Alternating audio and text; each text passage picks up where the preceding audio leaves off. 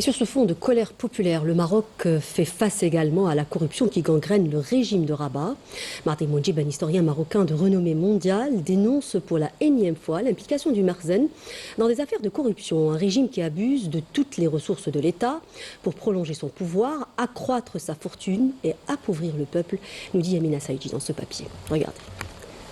Au Maroc, la corruption n'est plus un dysfonctionnement, c'est un système bien rodé.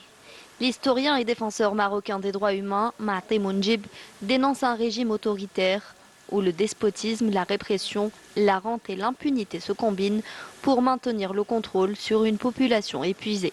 Selon lui, le Marzane écarte systématiquement les responsables qui tentent de lutter contre les abus, allant jusqu'à les pousser à la démission ou les humilier publiquement. Les institutions censées garantir la transparence n'ont aucun pouvoir, à l'exemple de l'instance marocaine de la probité, de la prévention et de la lutte contre la corruption, dont le président, Mohamed Becher Rachdi, a été brutalement limogé en mars dernier. Et avant lui, Driss Gerraoui, ancien directeur du Conseil de la concurrence, qui avait évoqué les pratiques illégales des grands distributeurs de carburant au Maroc, parmi lesquels celui du chef du gouvernement Aziz Arnouch.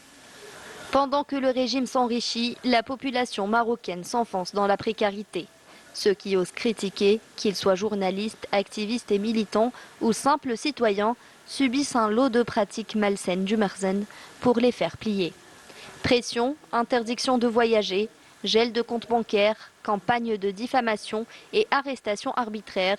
Cette répression vise à installer un climat de peur et d'insécurité au sein de la population. Mais sur le terrain, la réalité est tout autre. Même si les Marocains subissent les affres d'un régime despotique qui a institutionnalisé l'injustice et fait accroître la paupérisation de la société, ils continuent à dénoncer la corruption endémique, la pauvreté, le chômage et les inégalités sociales.